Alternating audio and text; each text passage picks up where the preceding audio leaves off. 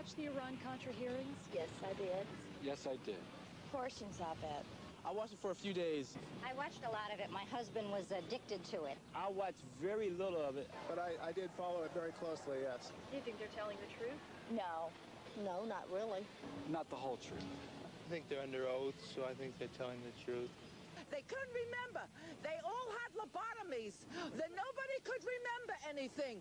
You talk about senility. Holy cow. They were lying about most everything. There's a lot more to the story, but whether or not we'll ever find out about it is another question.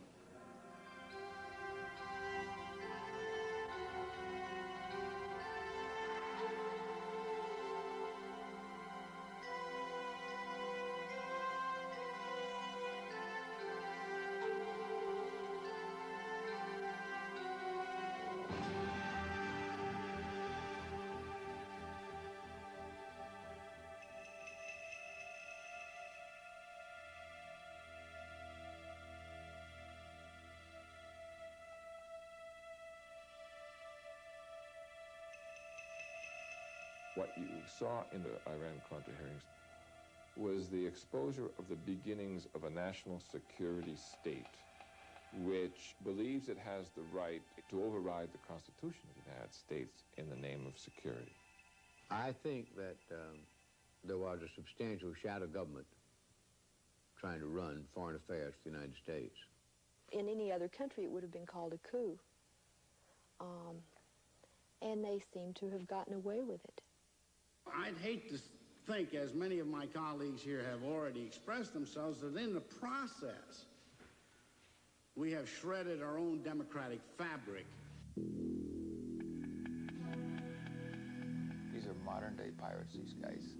They have escaped, essentially, the control of national governments, but they're available for use by national governments. Sometimes they move under color of and defend themselves as advancing U.S. national interests in this. But I think that's very secondary with these guys. They're out to make a buck.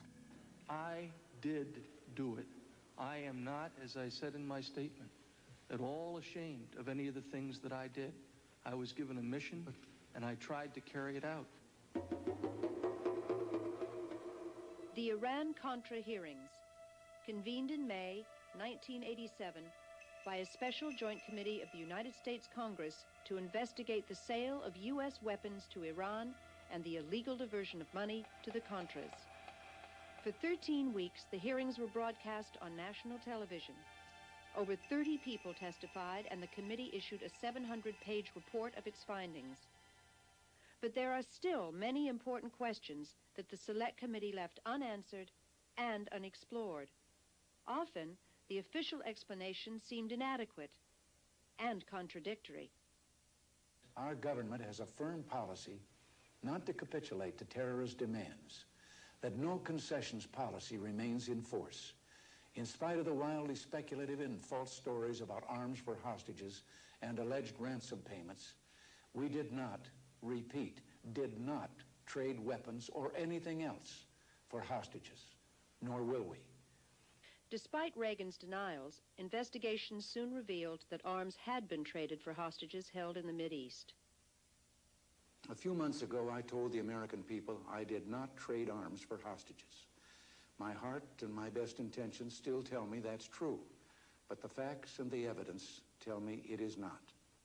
Only days later, it was further revealed that the arms to Iran had been severely marked up.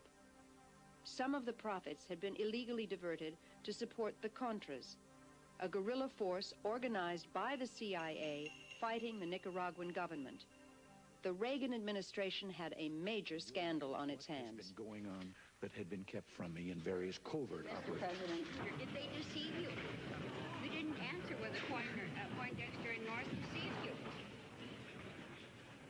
We had weapons being sold by the Pentagon under the Economy Act to the CIA, and the CIA selling them to a third party or an agent, in the case of General Secord, who would then complete the transactions. I'm just trying to find out where the authorities were coming from to do these activities.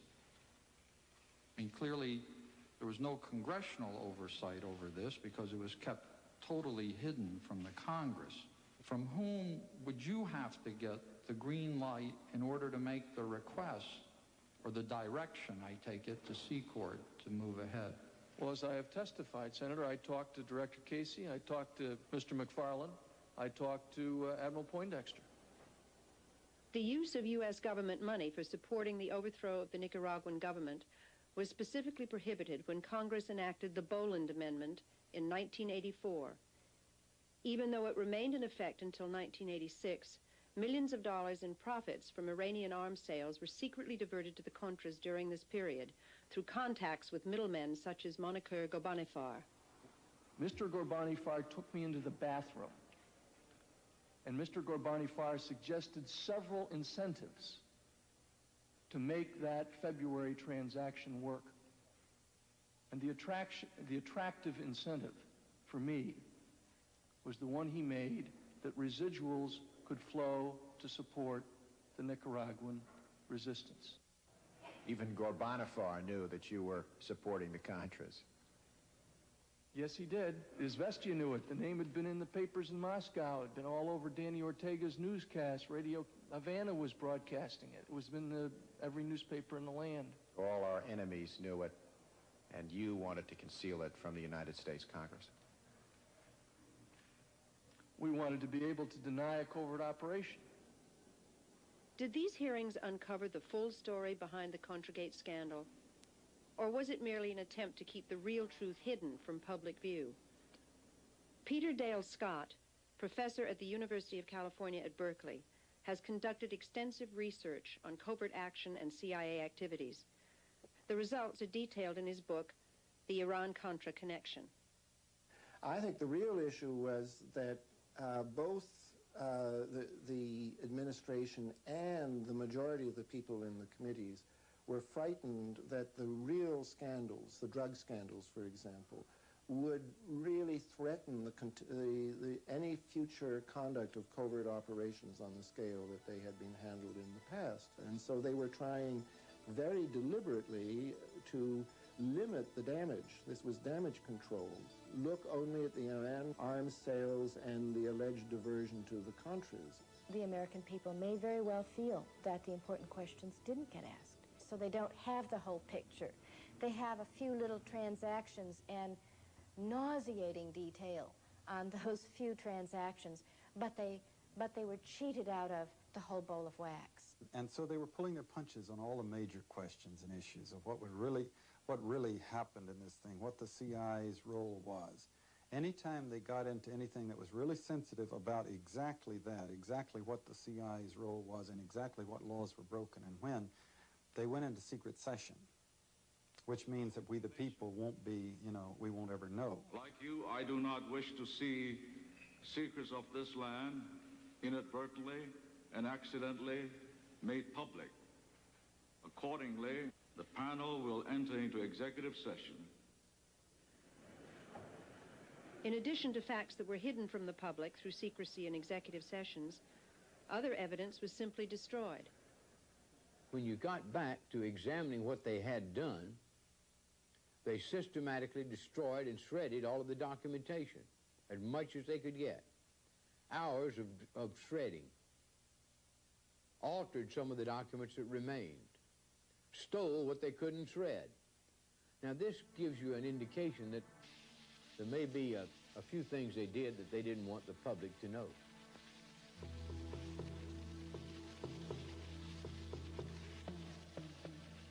I shredded.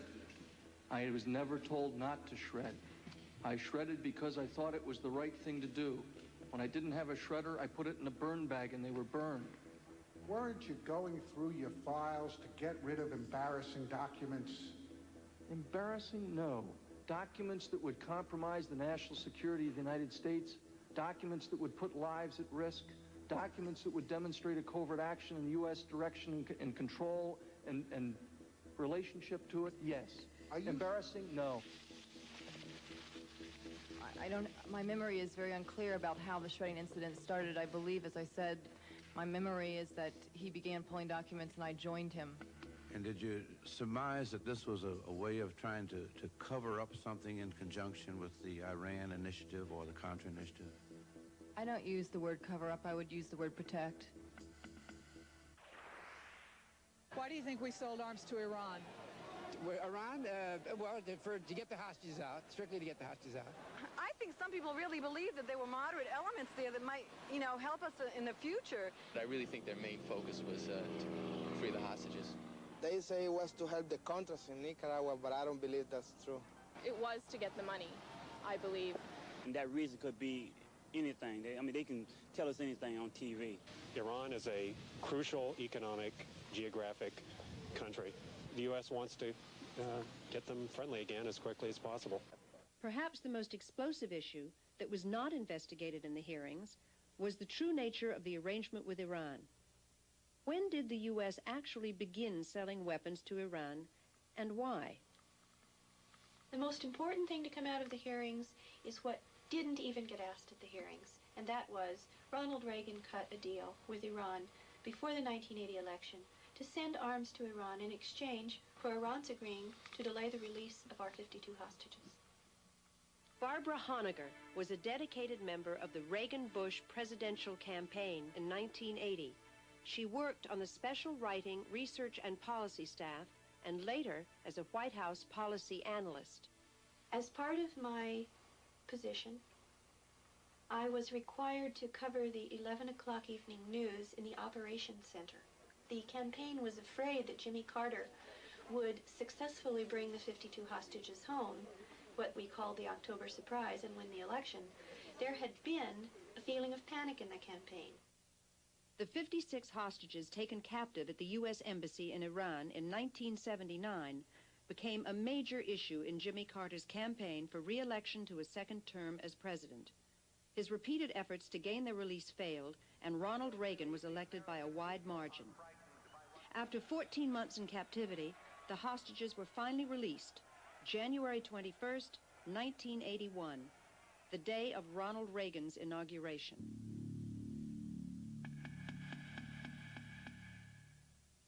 Now working as a private investigator, Barbara Honegger has researched the hostage question carefully. According to reports gathered from a number of sources, she has distilled the following information.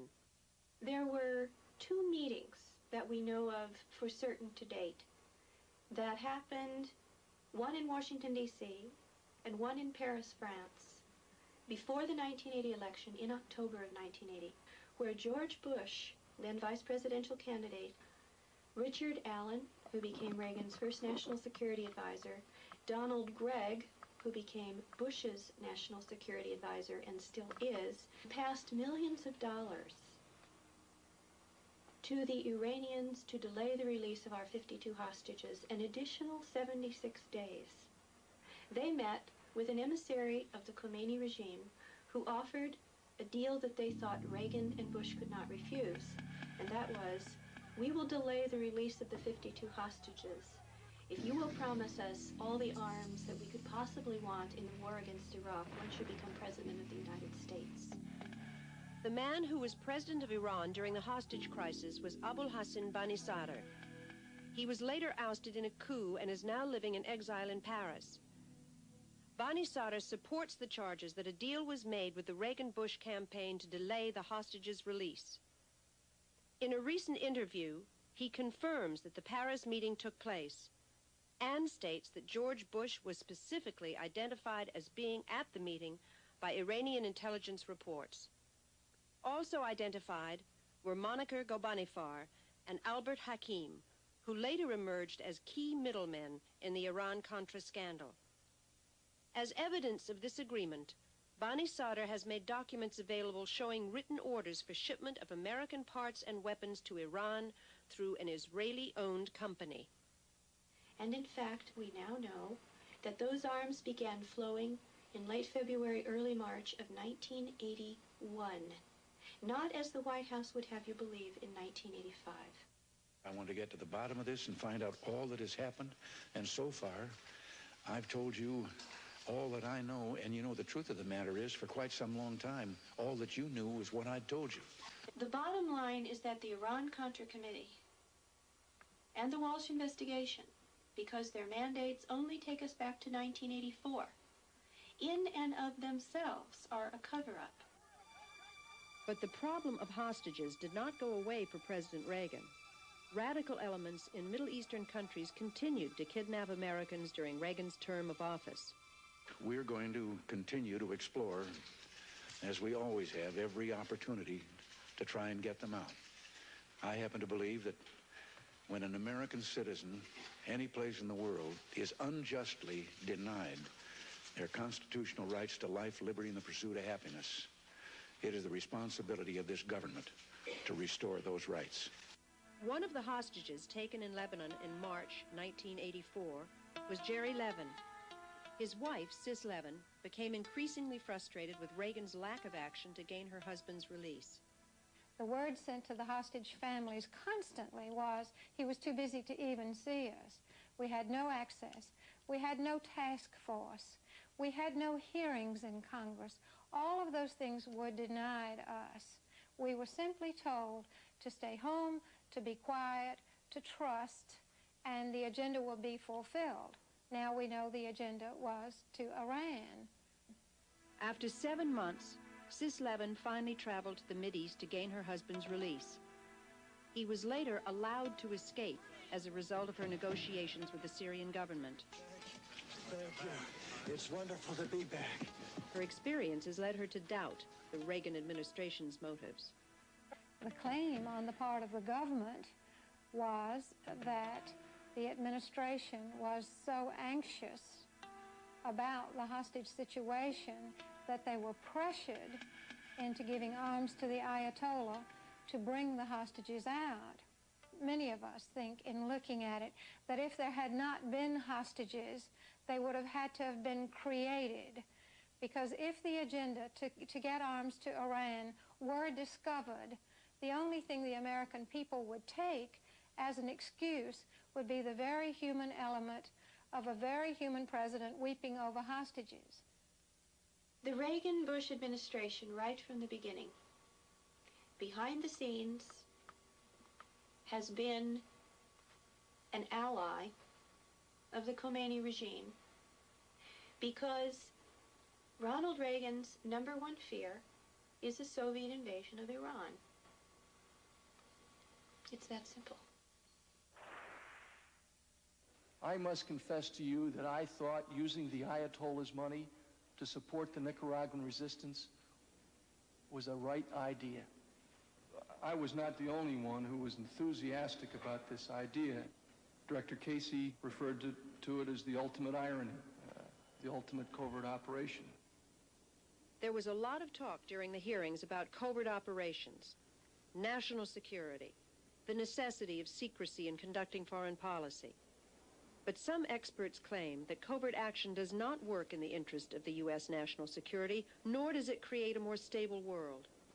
To think of the democratic governments that have been overthrown in the last 30 years by military coups is almost like giving a capsule history of CIA covert operations in the last 30 years. I mean, there was the overthrow of Prime Minister Mossadegh in Iran in 1953. There was the overthrow of Arbenz in Guatemala in 1954. There was the overthrow of the Brazilian government in 1964. There was the overthrow of the Ghana government in 1966. A lot of the governments I just mentioned got into trouble with the international oil companies because they tried to assert their national prerogatives over their own resources. Time after time, the CIA has come in on behalf of those multinational companies.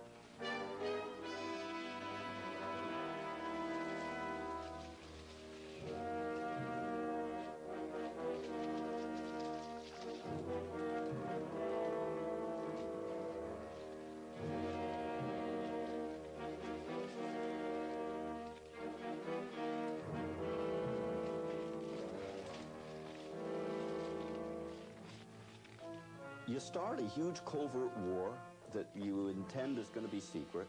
It's not secret from the Russians. Certainly not secret from the Laotians who are getting shot at, or the Angolans, or the Nicaraguans, or whoever it is. It's covert from the American taxpayer and voter. And a lot of people make a lot of money off of it. And it attracts criminals, and it has every single time. Who are the names, the faces, behind these covert activities? Some, like Oliver North, General Secord, Albert Hakim, are practically household names. But Daniel Sheehan, Chief Legal Counsel for the Christic Institute, a public interest law firm, believes there are other influential players involved. There exists in operation now a secret team of some 24 men, former Central Intelligence Agency covert operatives, former U.S. Pentagon arms suppliers, who have joined together in a private enterprise outside of the control of the American government, either the Congress or the President, who are mounting their personal wars around the world. Whether there is actually an organized secret team or simply a loose association of individuals, it is clear that there are a number of people who have been working actively behind the scenes in these covert operations. Some of the names are Theodore Shackley, who was Assistant Deputy Director of Operations for the Central Intelligence Agency as of 1976, under George Bush, who was CIA Director at the time. Thomas Kleins, who worked as a case officer under Shackley in Miami and in Laos. Rafael Chichi Quintero, an anti-Castro Cuban who worked under Kleins and was allegedly recruited by the CIA as an assassin. General John Singlaub, who worked with Shackley and Kleins in Vietnam and was in charge of the CIA's special operations over the border into Laos. General Richard Secord, who supervised the air operations into Laos and was later assigned to the Pentagon, where he was put in charge of arms sales to Iran. Albert Hakim, who was a salesman for U.S. weapons companies and a middleman in the Iran-Contra affair. These are the men who have been stirring the pot around the world to instigate these wars on the side of the right wing.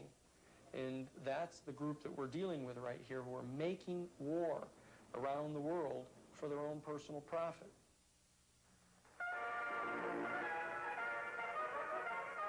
Cuban revolutionary troops such as these have invaded Castro's leftist island fortress, reportedly rallied by a mysterious coded radio message.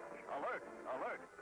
From the sea and by... It was after the failed invasion of Cuba at the Bay of Pigs in 1961 that Theodore Shackley, as CIA station chief in Miami, and his assistant Thomas Kleins, began working with Rafael Quintero and other right-wing Cubans to overthrow the Castro government.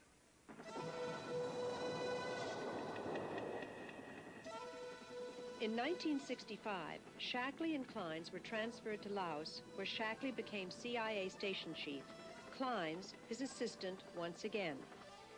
It was here in Southeast Asia that they teamed up with General Secord and Singlaub. And they there began running the secret war in Laos and Cambodia and Thailand. Everybody in the United States basically thought the war was going on in Vietnam. In fact, there was a major dirty war, covert war, that was fought primarily through assassinations of people that were suspected sympathizers of the Pathet Lao or other people who were not terribly sympathetic to the Western powers. When Theodore Shackley was promoted to director of CIA Western Hemisphere operations, he supervised the plans to overthrow the democratically elected president of Chile, Salvador Allende. Allende, a socialist, had promised to nationalize the copper mines and other industries and posed a threat to U.S. business interests in Chile. After a bloody coup, Allende was replaced by a right-wing military dictator, Augusto Pinochet, whose security forces brutally murdered and tortured thousands of political dissidents. Shackley moved on, returning to Southeast Asia. By that time, the writing was on the wall. The United States was going to be pushed out of Southeast Asia. It was clear that the Viet Cong were going to prevail under Ho Chi Minh. And so what these men began to do, they began to pilfer hundreds of tons of ammunition and military equipment out of Vietnam. They began to construct a covert war capacity that was unknown to the United States Congress, that didn't require supervision by the President, but would pursue the mission that they viewed as their ultimate mission. And that is to attempt to vanquish any people who didn't support the United States foreign policy and who were socialist or communist anywhere in the world. But then came Watergate, a president forced to resign, and the American people, disillusioned by White House corruption and lies, wanted a change. In 1976, Jimmy Carter was elected president. He and new CIA Director Stansfield Turner began to clean house, pushing at nearly 800 men from CIA covert operations. When all these covert operators were fired in the 1970s, they didn't just start opening restaurants or working in bookstores. They were people who were very skilled in covert manipulation of political process, and they essentially ganged up to find and then elect a candidate who would put them back in the covert operations business. And Reagan and Bush were only too eager to be that kind of candidate.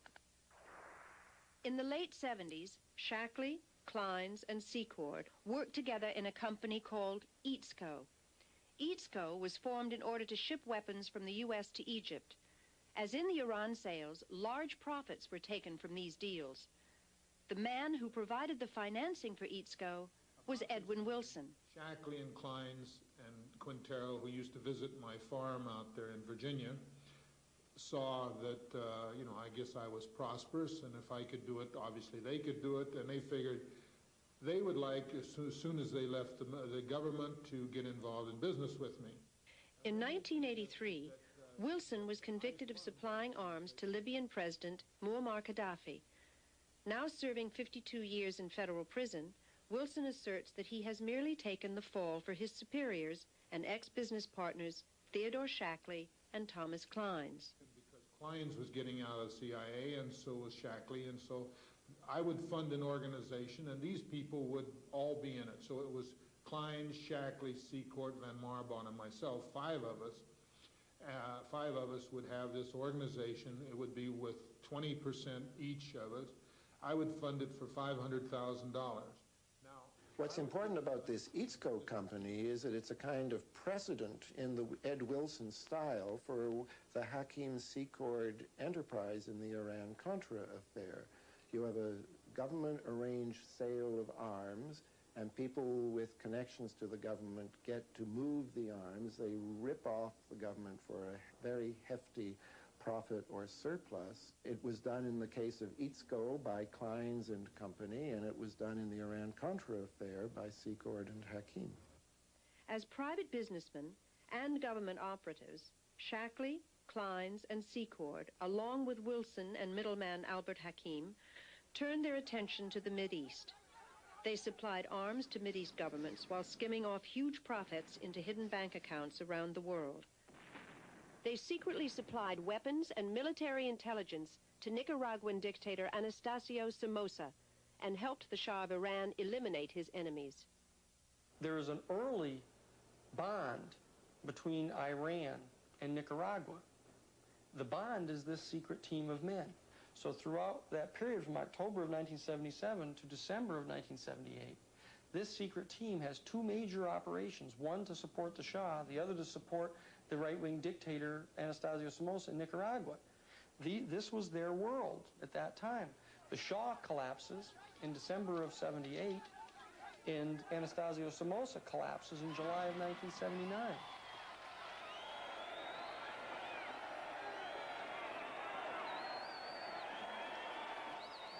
After the overthrow of Somoza, many of his former National Guardsmen fled to Honduras, where they were organized and trained by the CIA as a counter-revolutionary force to fight against the new government in Nicaragua. They began to create the Contras, to try to do the identical thing that was done by the supporters of Batista against the Cuban revolutionary government back in 1959. Not an indigenous force inside Nicaragua that had any support from any of the population in Nicaragua. It was a total artifice that was created by these men.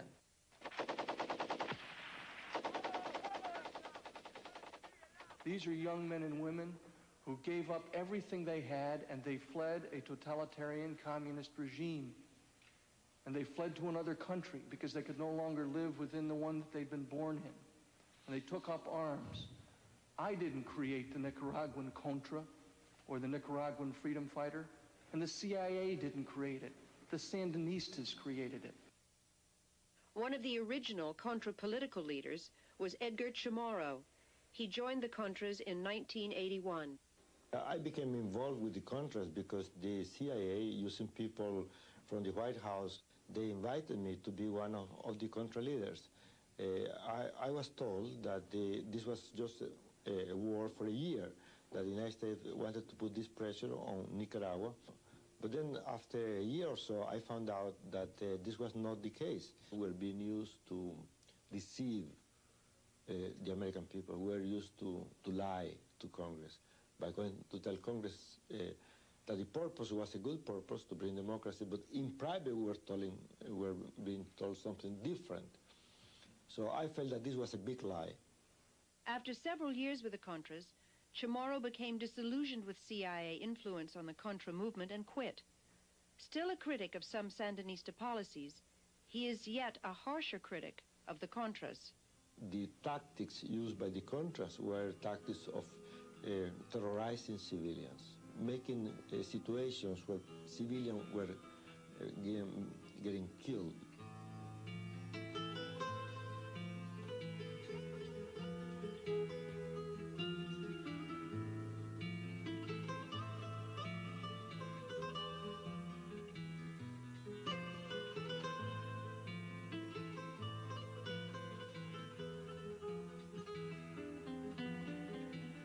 In Nicaragua, under President Reagan, they are in fact giving the Contras written instructions in violence and destabilization. The target is the people. The social and economic infrastructure is what you're hitting at. It's not a bloodbath. It's like you go into a village and you kill a few people to make your point. The purpose is to disseminate terror, traumatize the people. We're not killing Sandinistas in the capital. We're not blowing up their homes and terrorizing them. We're hitting at the people throughout the interior of the country.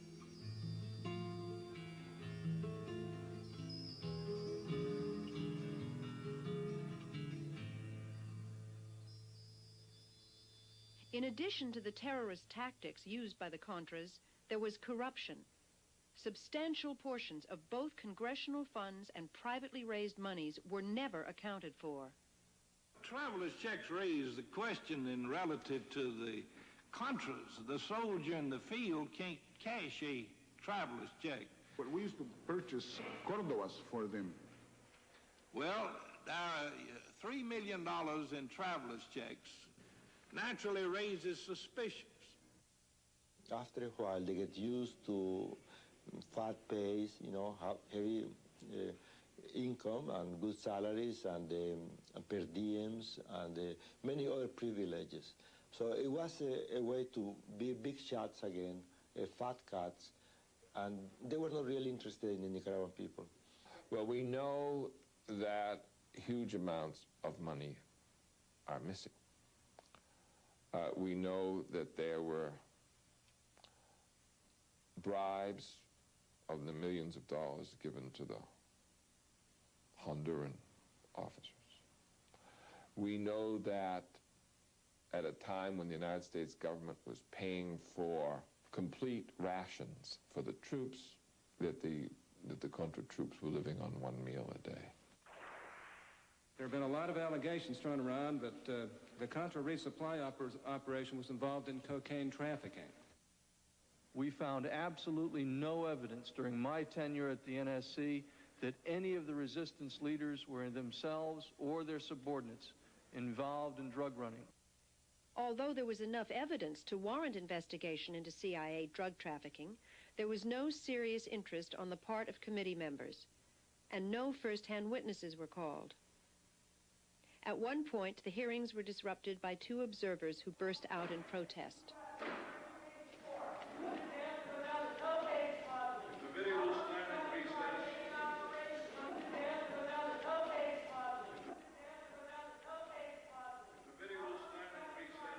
For these actions, the protesters were handed down stiff jail sentences of over a year each.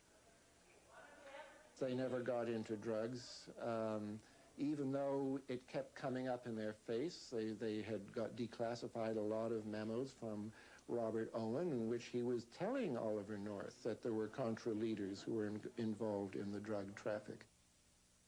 The only questions they allowed on this was to sort of smooth it over or to blame it on somebody else. A news program over the weekend suggested that Rob Owen, who testified earlier, was involved in drug smuggling. Now, is there any truth to that? Can you shed any light for us on that subject? Absolutely false.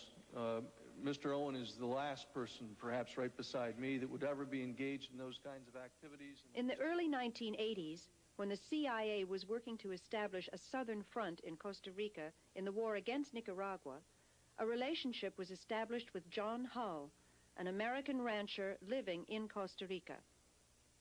There is mounting evidence that the airstrips on Hull's ranch became not only a delivery point for illegal Contra weapon shipments from the U.S., but were also used for transporting cocaine into the United States. You have CI bases in Costa Rica and Honduras. You have airplanes flying back and forth continuously, landing at bases in the United States where they don't have to go through regular customs, with the CI escorting the people in and out in a certain laissez-faire in the attitude at best of the customs, if there is, any customs representation there. So it's a dream situation for drug smugglers. George Morales, who is now serving 32 years in federal prison for drug smuggling, once ran an air transport business in Florida. In 1984, while under indictment for smuggling marijuana, he was approached by the CIA. You have to understand what situation. I was in the business, drug business, for a long time, and I didn't have no need for me to go to Costa Rica in order to fly back to the United States. Being in Colombia is very easy for me to go down there and get my connection to bring the cocaine back straight from Colombia. I got involved with these people in 1984, right after my indictment. They approached me with different questions to how to help the fight against the communists, because I was going to get in exchange for my help, I was going to get some type of deal, let me put it that way, in which they were going to be able to take care of my legal problems. They told me that they were going to go on to Washington and talk to these people in Washington. And in many occasions, they told me the name of Elliot Abrams and George Bush. They had some drugs, cocaine, in San Jose, Costa Rica, which they needed to bring it back to the United States. I was told to send the planes with the supplies to his ranch, which we did. And we came back with some drugs from Costa Rica. Did you come back with cocaine? Yes, we came back with cocaine. Gary Betzner, who is also serving time for drug smuggling, worked as a pilot for George Morales.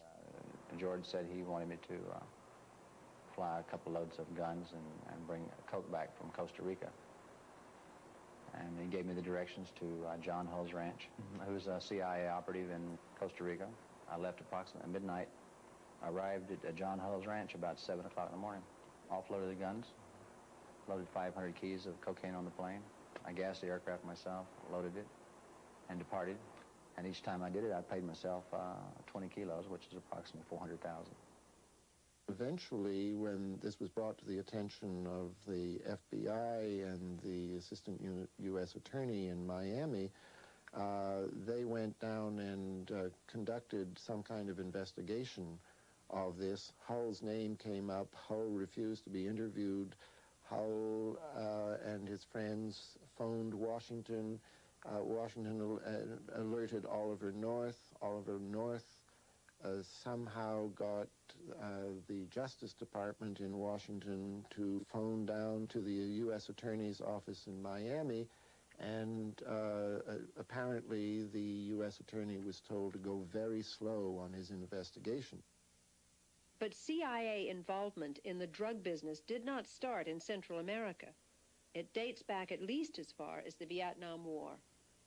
Well, the three men, Shackley and Singlaub and Secord, were all working together from different countries on the huge CIA secret war in Laos. Our allies were the opium-growing tribesmen, and this meant that we continued in a very large way not only to support, but really to augment a flow of heroin.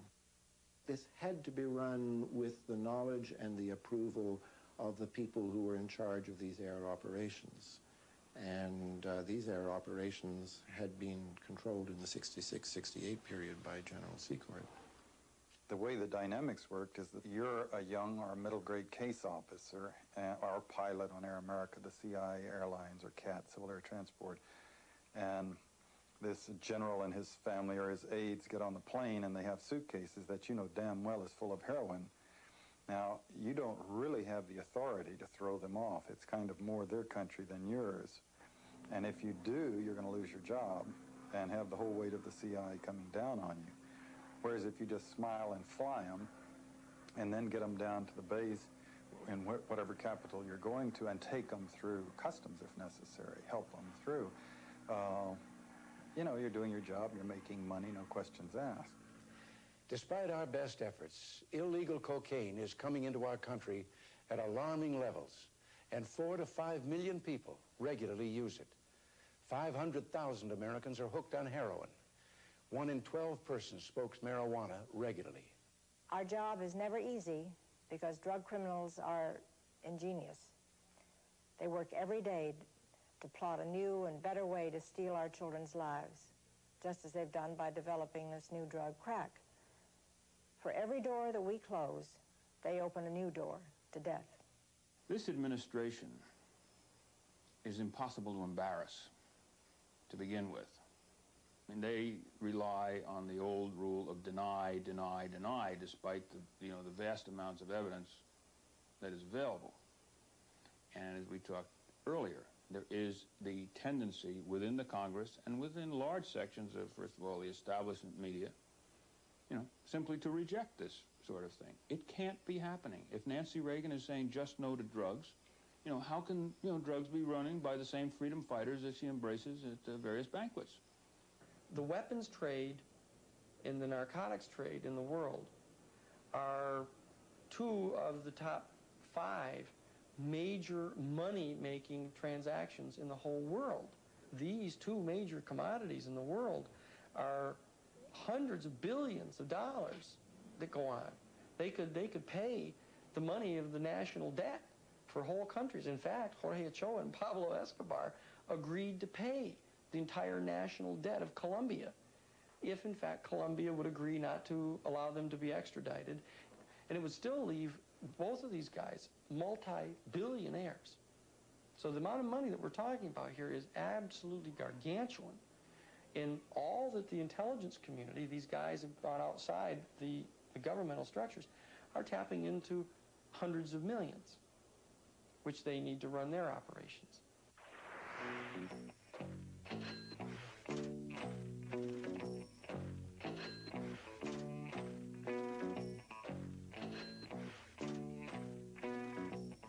Now let's talk about profits. There's been testimony that Mr. Hakim and Secord were reaping large profits by marking up the arms being sold to the Contras. For example, Mr. Secord agreed to a suggestion of Tom Klein's that they maximize the profits from the last sale of arms to the Contras. Were you aware of that? No. How much money, according to your understanding, did Mr. Secord take from the sale of arms to Iran? I still don't know. I don't even know that he did. Was it your understanding that there was $8 million either in Swiss bank accounts or in investment accounts at CSF? No, sir. Money, it's a gas. Grab that cash with both hands and facts are that Secord and North and Hakim are wonderful operators of a secret war, of a shadow government, operators for a shadow government, are people who still have control of $8 million of United States money, our money, and they are controlling it, got it rocked up in a Swiss bank somewhere, or off on a CD somewhere else.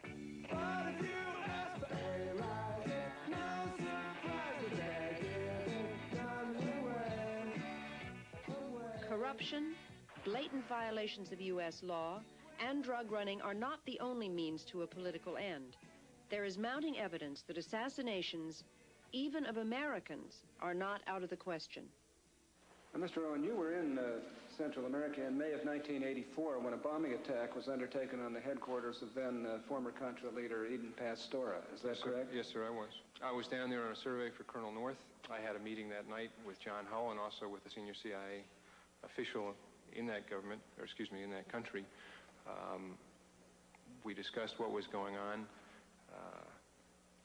And I just was shocked, as everyone else was, when we learned about 3:30 in the morning when some of the Nicaraguans came to the apartment and talked with us and told us what had happened. John Hull has been accused of masterminding it or being involved in it. That's absolutely scurrilous as well, and I'm saying this under oath. The 1984 bombing at La Penca, Nicaragua, killed 8 people and injured 25 others. Among those killed was American journalist Linda Frazier. The intended victim, Contra leader Eden Pastora, escaped with only minor injuries. But some people started asking, who would want to kill Pastora? And why?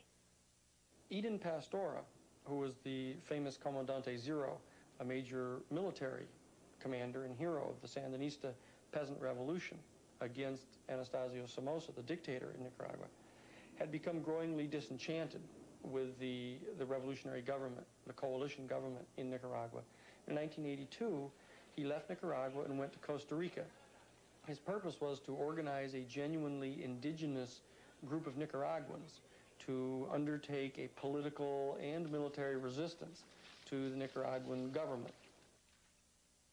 Tony Abergan, freelance journalist and news cameraman, was working for ABC News in Costa Rica during the Pastora controversy.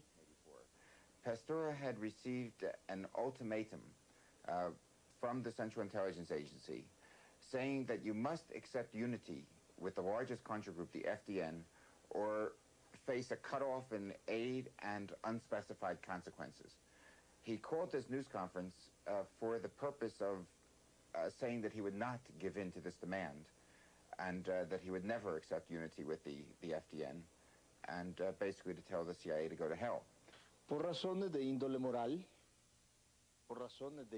Because of moral reasons, because of political and ideological reasons.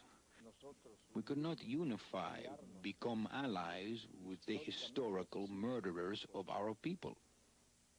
The international media was invited to this press conference held at Pastora's Contra base camp just inside the Nicaraguan border at La Penca. Tony Abergan was one of the journalists who made the trip upriver to hear Pastora.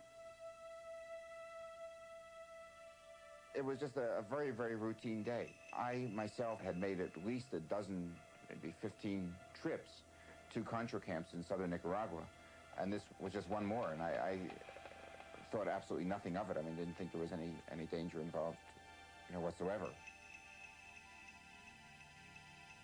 So we got there at about 7 o'clock in the evening, and we went up to this cottage, and Pastora was there. So very soon he started talking with us.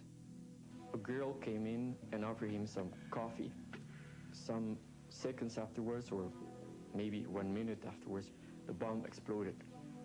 Yo, sencilla y llanamente, con los que asesinaron a mi pueblo, con los que asesinaron a mi padre, con los que... Otra cosa, cierto.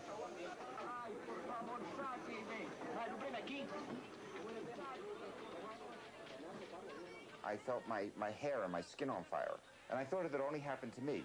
And I fell forward onto the floor trying to put out the fire, and almost as soon as I hit the floor, I realized that it wasn't just me. After more than 12 hours, the injured journalists finally arrived at the hospital in Quesada, Costa Rica.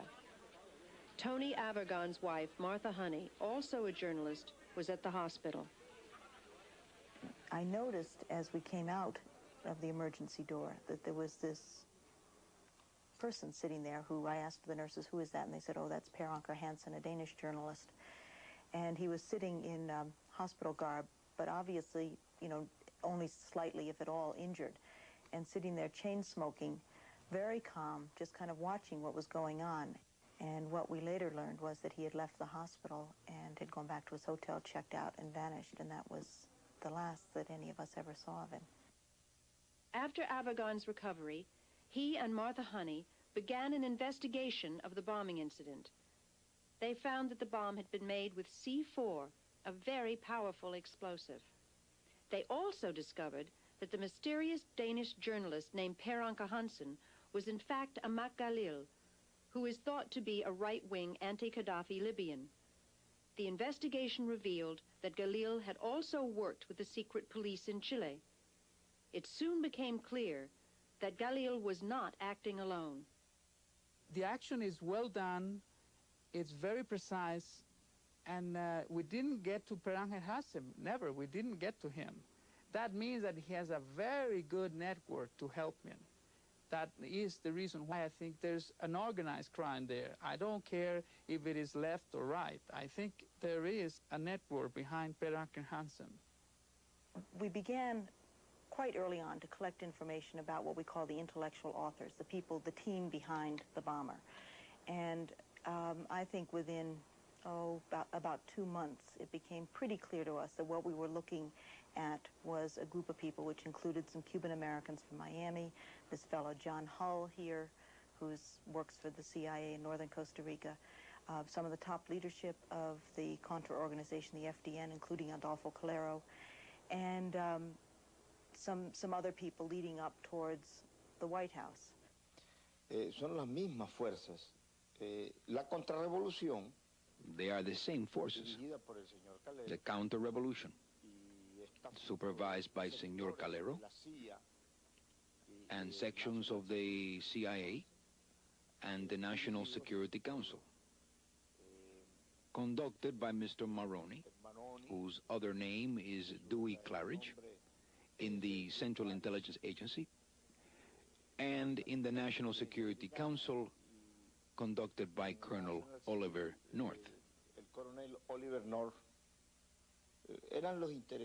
They were the ones interested, or the ones in whose interest it would be, to eliminate the Southern forces or to eliminate us. The evidence now is a matter of public record that Secord and Kleins and Hakim and Rafael Chichi Quintero, at least, were directly involved in supplying the military equipment, including the C4 explosives that were going into Costa Rica to John Hull's ranch. And we have placed John Hull, by direct eyewitness accounts, physically in the company of Per Anker Hansen or Ahmad Galil prior to the bombing, in the presence of the metal suitcase that had the C4 in it. I have no idea who placed the bomb in La Pinca or why. I have no idea. I only know that this Honey and Avergon have constantly bribed people to give false information implicating the CIA, the Costa Rican officials, and so forth. If the CIA has the capacity, if they wanted to kill somebody, they wouldn't have to kill a bunch of innocent press people. That's logical. And they have no need, they had no need to kill. What would the CIA gain by Eden Pastor being dead? We're convinced from the interviews that we did that targeting the American press, the American journalists who went to La Pinca, was one of the specific objects. They wanted Americans to die. They succeeded. They killed Linda Frazier. And that this was one of the plans, because the plan was to blame this bombing on the Sandinistas and try to turn American public opinion and the American press against the Sandinistas. Following their investigation, Avergon and Honey filed a $20 million lawsuit against the group they feel is responsible for the La Pinca bombing. Representing them in this potentially explosive case is Daniel Sheehan and the Christic Institute, a public interest law firm that has successfully prosecuted cases involving Karen Silkwood, 3 Mile Island, and the Ku Klux Klan in Greensboro, North Carolina. The defendants in the Lepenka suit include Theodore Shackley, Thomas Clines, General Secord, and others with connections to the CIA and the White House. You've spoken very highly of Thomas Clines and Rafael Quintero. Yes, sir. And you indicated that you'd use the services of both in your Contra or Iran project, some of them. Well, as you are no doubt aware, you and Thomas Clines and Rafael Quintero and others have been sued in federal court in Florida for a vast array of alleged illegal and corrupt practices beginning as far back as 1960s. Did you know about that? Of course I know about it. Well, the allegations include the organization of assassination program funded by the drug kingpin in Laos and laundering of millions of dollars skimmed from sale of military weapons to the Shah of Iran, and they've got the provision of military services to Somoza and laundering Colombian drug money. This suit, which was filed in May of last year, is the most outrageous fairy tale anybody's ever read. Nobody, including the Justice Department, credits it at all. It's being dealt with. I can only fight on so many fronts at once. I regard that one as a rather minor threat, which will be tossed out of court shortly. Thank you very much. The hearing will stand in recess until 2 p.m. this afternoon. Clearly, the Reagan administration, in its policy with respect to Nicaragua, has again and again taken the position that the end justifies the means. They're perfectly happy to subvert domestic law, international law, because they have a higher goal in their own minds, and that is to fight communism. Now, if we don't support the Nicaraguan democratic resistance and ignore the communist threat that exists right now in Central America, what in your opinion you think might happen in the next 20 years in this hemisphere and maybe throughout the world? It won't take 20 years, Senator. It will take a whole lot less. The consolidation of the communist regime in Managua will result in the spread of that revolution as they themselves have advocated. You will see democracy perish in the rest of Central America. If the communists get control of Central America, which I assure you they will if we leave Nicaragua as a base for the Cubans and the Russians, then they'll be in a position to throw 50 or 80 million refugees into the United States. They can break our economy and never fire a shot. If you deeply believe that this is a communist menace that is going to march from Nicaragua up to Texas and Topeka and soon take over the United States, maybe it would justify the means. But if you look back over the history of this thing, each one of these crises has not. Look at Angola. We were told 10 years ago that if we allowed a Marxist government to take over in Angola, we'd never get another oil tanker out of the Persian Gulf, but they would disrupt the sea lanes. Well, the Marxist government did take over in Angola. We were told that if we lost Vietnam and Indochina, that the whole row of dominoes would fall. What were the results? When we lose the war, all the dominoes that were supposed to fall, instead of falling, they become, just a few years later, what the World Bank, our own institution, calls the economically strongest region in the world. Counsel, I don't believe that anyone who served in Vietnam, who saw what happened as a consequence of our efforts, when, in my opinion, we won all the battles and then lost the war, could ever be unaffected by that unless they were totally insensitive. I would also point out that we didn't lose the war in Vietnam. We lost the war right here in this city. Well, what North was saying there was that America's real enemies are inside this country.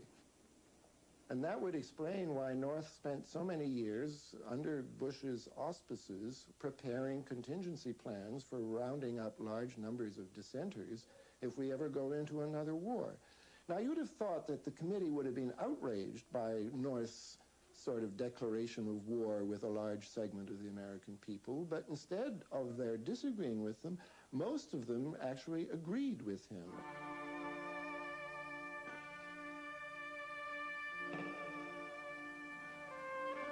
The fear of an enemy within is not new in American government. In 1942, amidst the hysteria following the bombing of Pearl Harbor, over 100,000 Americans of Japanese descent were rounded up and put into mass prison camps. They were accused of no crime, given no trial, but remained incarcerated for several years. This internment of Japanese Americans is thought by many to be one of the darkest moments in American history. But could it happen again? Concomitant with this whole operation and Oliver North's involvement in it was a plan to suspend the United States Constitution, as they've referred to it, under a state of national emergency on the part of the president. Where that comes from is a specific program called Rex 84, Readiness Exercise, number 84, for 1984. And it was undertaken under the Federal Emergency Management Agency. Now, this was a national executive branch agency that was originally set up at the very end of the Carter administration to do nothing more than to coordinate the national flood relief, hurricane relief, Red Cross stuff, things, to get the government programs all brought under one umbrella so they could coordinate them. When Reagan was elected to the presidency, he installed Louis Giuffrida as head of FEMA, the Federal Emergency Management Agency. Giuffrida was an old, cold warrior from Reagan's California days whose specialty was suppression of unrest and dissent. Giuffrida, North, and George Bush began to turn FEMA into an instrument of domestic anti-terrorism. You're dealing with a group of people in the Reagan administration who equated political dissent with treason and who cannot differentiate between emergency procedures, which I think everyone agrees are necessary, and suppressing political dissent. And with North and Poindexter and Casey, you had a group of people who saw Americans who disagree with them as the enemy. Colonel North, in your work at the NSC, were you not assigned at one time to work on plans for the continuity of government in the event of a major disaster? Mr. Chairman. I believe that question touches upon a highly sensitive and classified area, so may I request that you not touch upon that, sir? I was particularly concerned, Mr. Chairman, because I read in Miami papers and several others that there had been a plan developed by that same agency, a contingency plan in the event of emergency that would suspend the American Constitution. And I was deeply concerned about it and wondered if that was the area in which he had worked. I believe that it was, but I wanted to get his confirmation. May I most respectfully request that that matter not be touched upon at this stage. If we wish to get into this, I'm certain arrangements can be made for an executive session. And tragically, the only member who got close was Jack Brooks, and he was stopped by the chairman. But the truth of the matter is that, yes, you do have those standby provisions, and the plans are there, and the statutory emergency plans are there, whereby you could, in the name of stopping terrorism, apprehend, invoke the military, and arrest Americans and hold them in detention camps. If the president ordered a direct strike into Central America, which was to be codenamed Operation Night Train, we got the documents on it, that they would set up a concomitant domestic readiness exercise or war game scenario called Rex 84, the main rationale of which was to round up 400,000 undocumented Central American aliens within a 2-week period of time and incarcerate them in 10 military detention camps. They rehearsed this, but of course if you were rehearsing the rounding up of 500 million aliens, you have also rehearsed the rounding up of 500,000 critics of the administration.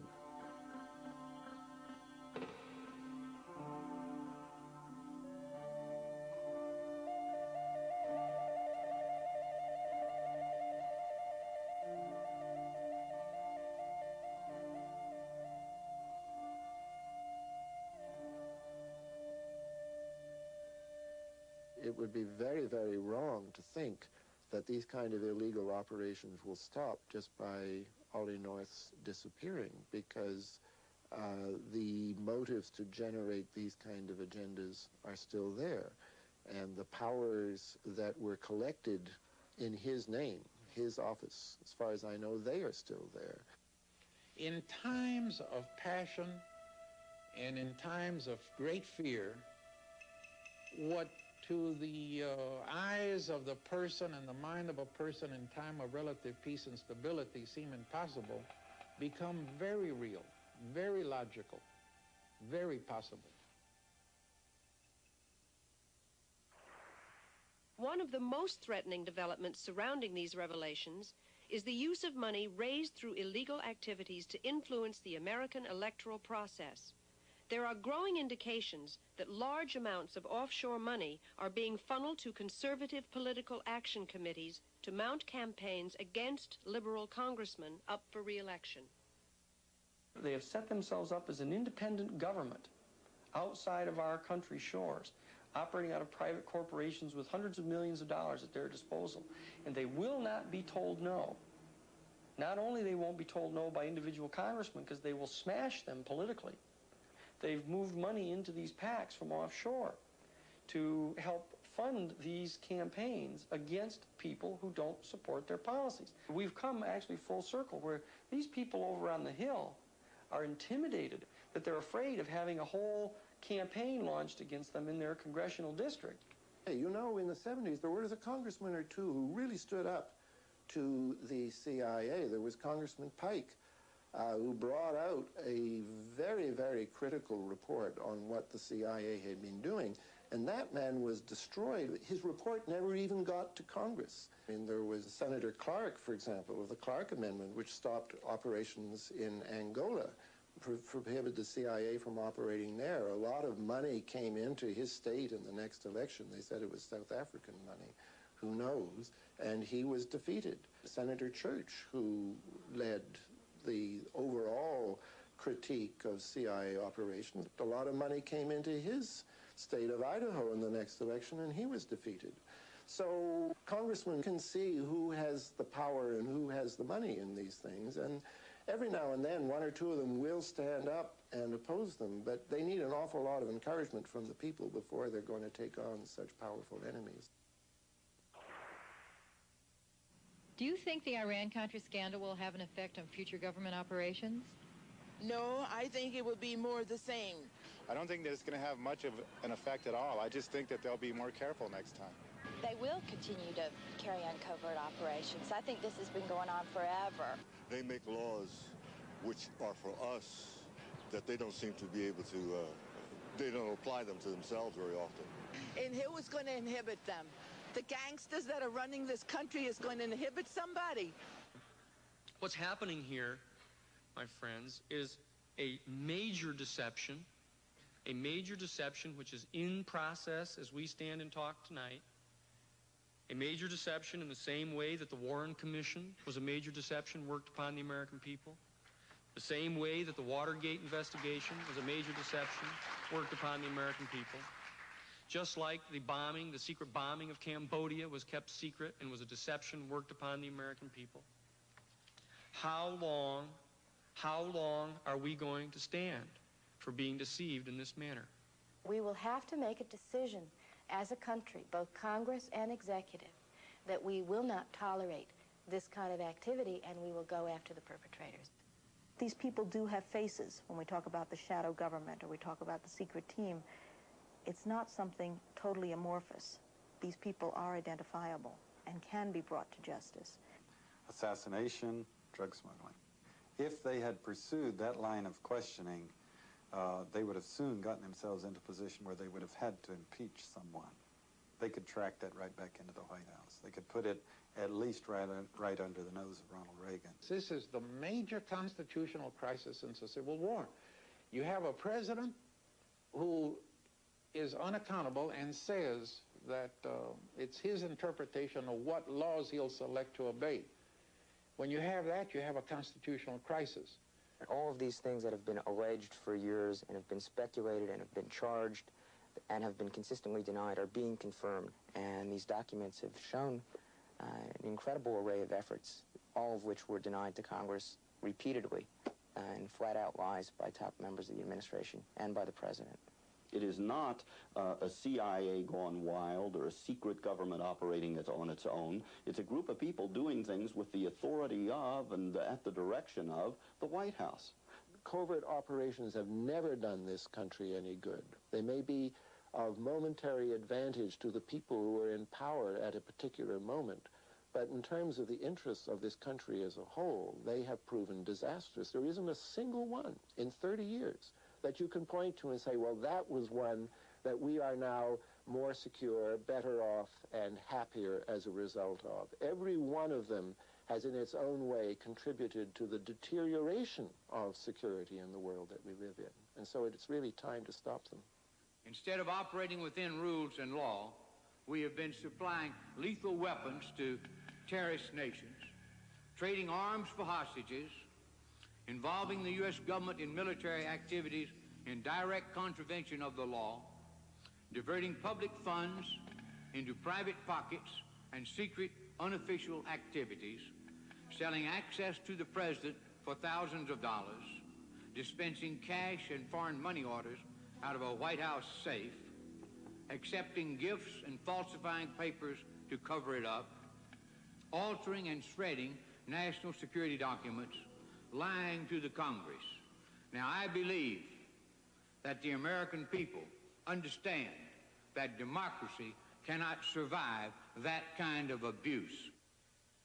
There was a time when ignorance made our innocence strong.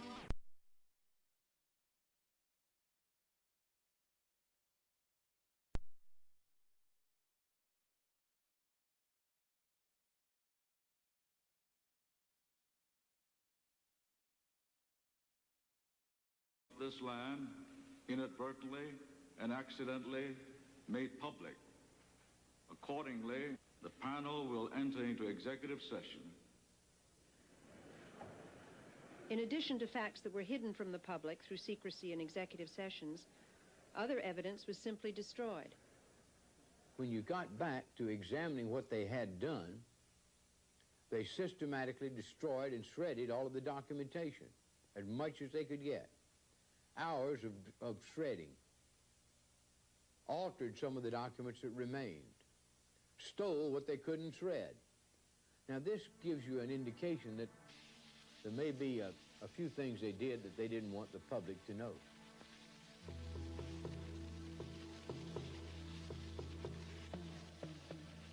I shredded. I was never told not to shred. I shredded because I thought it was the right thing to do. When I didn't have a shredder, I put it in a burn bag and they were burned.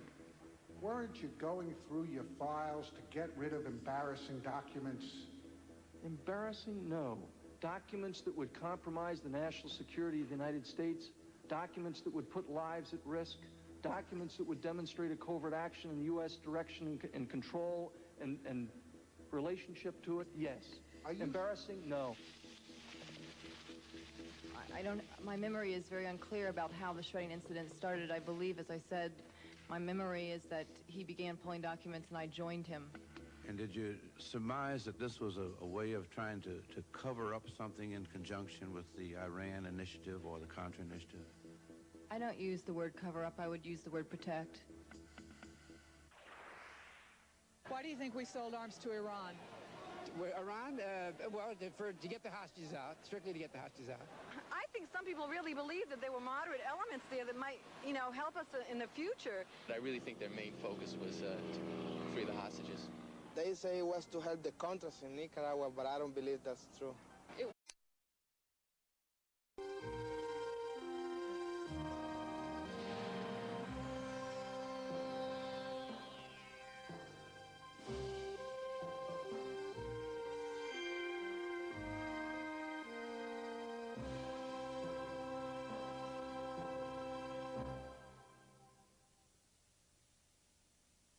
Did you watch the Iran-Contra hearings? Yes, I did.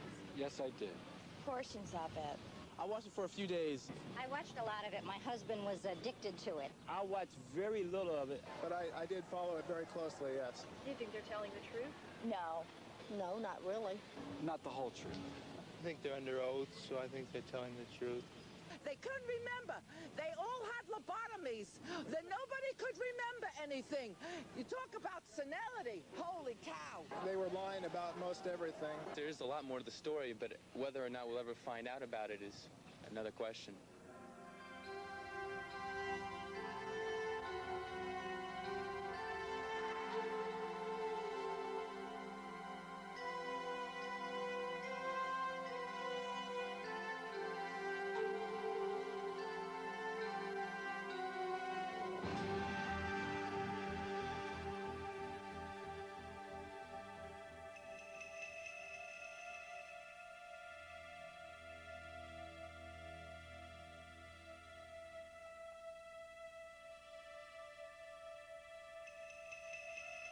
What you saw in the Iran-Contra hearings was the exposure of the beginnings of a national security state which believes it has the right to override the Constitution of the United States in the name of security. I think that there was a substantial shadow government trying to run foreign affairs for the United States. In any other country, it would have been called a coup. And they seem to have gotten away with it. I'd hate to think, as many of my colleagues here have already expressed themselves, that in the process, we have shredded our own democratic fabric. These are modern-day pirates, these guys. They have escaped, essentially, the control of national governments, but they're available for use by national governments. Sometimes they move under color of and defend themselves as advancing U.S. national interests in this. But I think that's very secondary with these guys. They're out to make a buck. I did do it. I am not, as I said in my statement, at all ashamed of any of the things that I did. I was given a mission, and I tried to carry it out. The Iran-Contra hearings, convened in May 1987 by a special joint committee of the United States Congress to investigate the sale of U.S. weapons to Iran and the illegal diversion of money to the Contras. For 13 weeks, the hearings were broadcast on national television. Over 30 people testified, and the committee issued a 700-page report of its findings. But there are still many important questions that the Select Committee left unanswered and unexplored. Often, the official explanation seemed inadequate and contradictory. Our government has a firm policy not to capitulate to terrorist demands, that no concessions policy remains in force. In spite of the wildly speculative and false stories about arms for hostages and alleged ransom payments, we did not, repeat, did not trade weapons or anything else for hostages, nor will we. Despite Reagan's denials, investigations soon revealed that arms had been traded for hostages held in the Mideast.